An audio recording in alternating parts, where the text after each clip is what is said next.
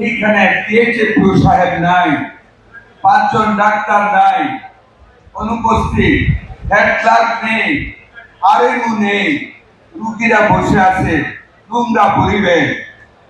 Store রুমে গেলাম, paracetamol আর omeprazole ব্যতীত কোনো ওষুধ নেই।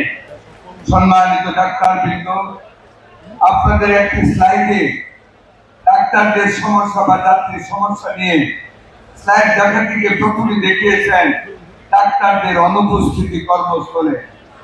আমি আজকে সকাল 6টায় রওনা দিয়ে মানিকগঞ্জের সিংহের উপজেলা কমপ্লেক্সে গিয়েছিলাম।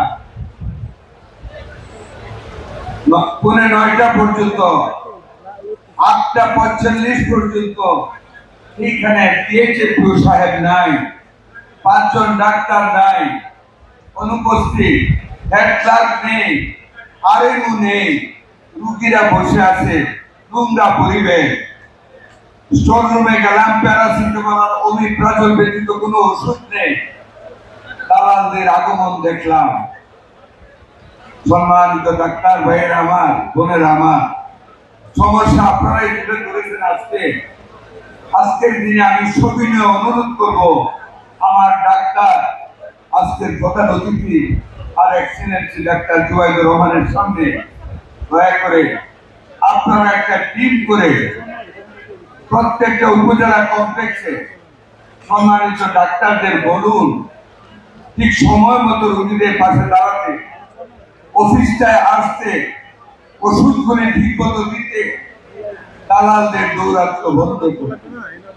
আমরা র্যাব লাগিয়েছি, এনএসআই কে বলেছি, ডিজিএফআই কাজ করতেছে, কিন্তু আপনারা যতক্ষণ না পর্যন্ত সামনের দিকে এগিয়ে আসবেন সেই সেবাটা কিন্তু সহজলভ্য হবে না দালালদের দুর্ভাগ্যের কারণে।